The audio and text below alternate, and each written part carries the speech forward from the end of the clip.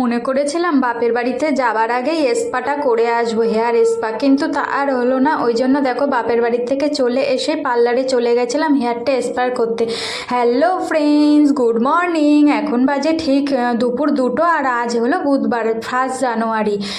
আমি আমার ব্লগটা এখান থেকে শুরু করছি, দেখতে থাকো। তো দেখো পার্লারে গেছিলাম আমি, আর ওদিকে দেখো মেয়ে বসে বসে টিভি দেখছিল। পার্লার থেকে এসছি, পার্লার থেকে আসার সময় কটা জিনিস দরকারি ছিল সেগুলো কিনে নিয়ে এসেছি। চাউমিন, ক্রিম, মুখে মাখার ক্রিম, ওয়াইপস, তারপরে মেয়ের একটা চিপসের প্যাকেট নিয়ে এসেছি।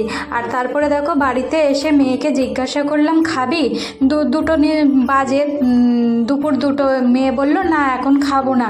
তো দেখো সকালবেলা ওই ঘরটা গুছিয়ে রান্নাবান্না করেই পার্লারে চলে গেছিলাম, কিন্তু আর এই ঘরটা আর না গোছানো হয়নি। ওই জন্য দেখো পার্লার থেকে এসে মেয়ে যতক্ষণ খাবে না দেখলাম, ওই জন্য এই ঘরটাকে একটু গুছিয়ে নিচ্ছি। ঘরটা কতটা দেখেছো অগোছালো হয়েছিল, ওই জন্য দেখো এই ঘরটাকে গুছিয়ে নিচ্ছি।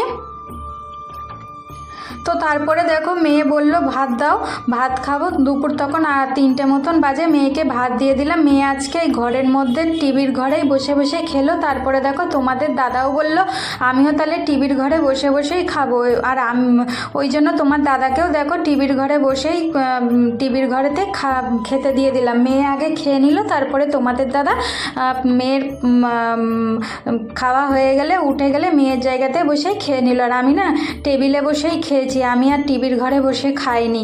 তো দেখো খাওয়া দাওয়া করে দুপুরবেলা যে কটা বাসন বেরিয়েছিল সে কটাই মেজে নিচ্ছি। রান্নাঘর তো আগেই সকালবেলায় পরিষ্কার করে রেখেছিলাম।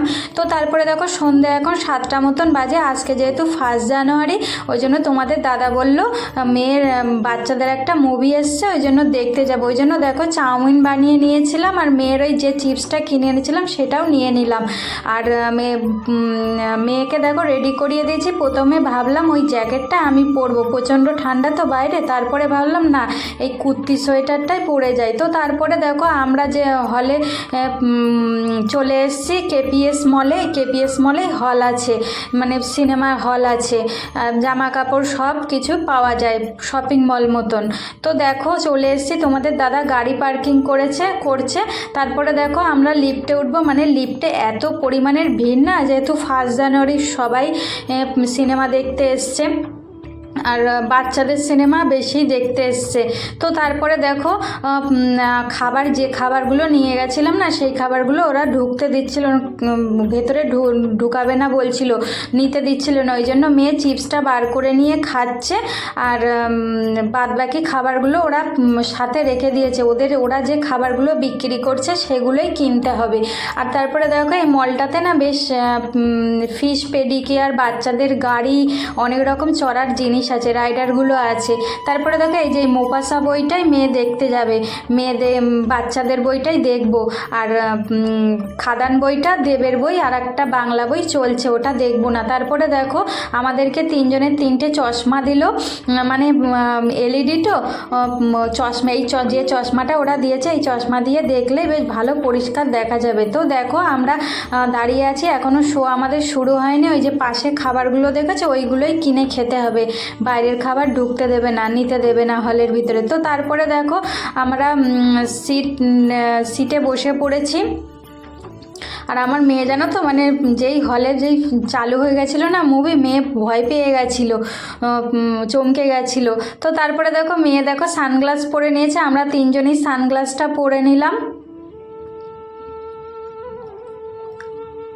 তো তারপরে দেখো মুভি শুরু হয়ে গেছে, মোপাসা মুভি। আর আমার মেয়ে তো খুব মানে এক্সাইটেড ছিল দেখতে যাওয়ার জন্য, মেয়ের জন্যই।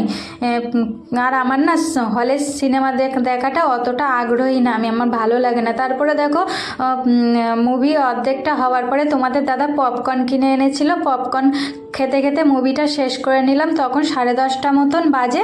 তারপরে দেখো বাড়ি চলে যাচ্ছি, আর জানো তো 10:30 বাজে মানে দোকানপাট সব বন্ধ হয়ে গেছে।